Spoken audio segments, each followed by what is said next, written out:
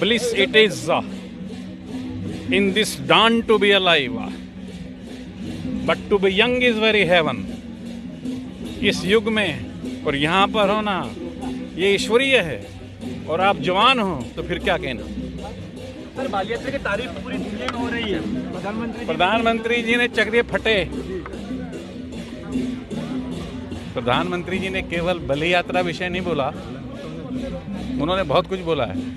उन्होंने कहा कि हजारों वर्षों से, even before Christ, 800 years back BC, उससे पहले से हमारा बाली से संबंध है। और आज आपको जानकर प्रसन्नता है ही है कि इंडोनेशिया आज भी basically you will speak to everybody तो कहेगा I am a Muslim but my culture is Indian, that is what Bali is.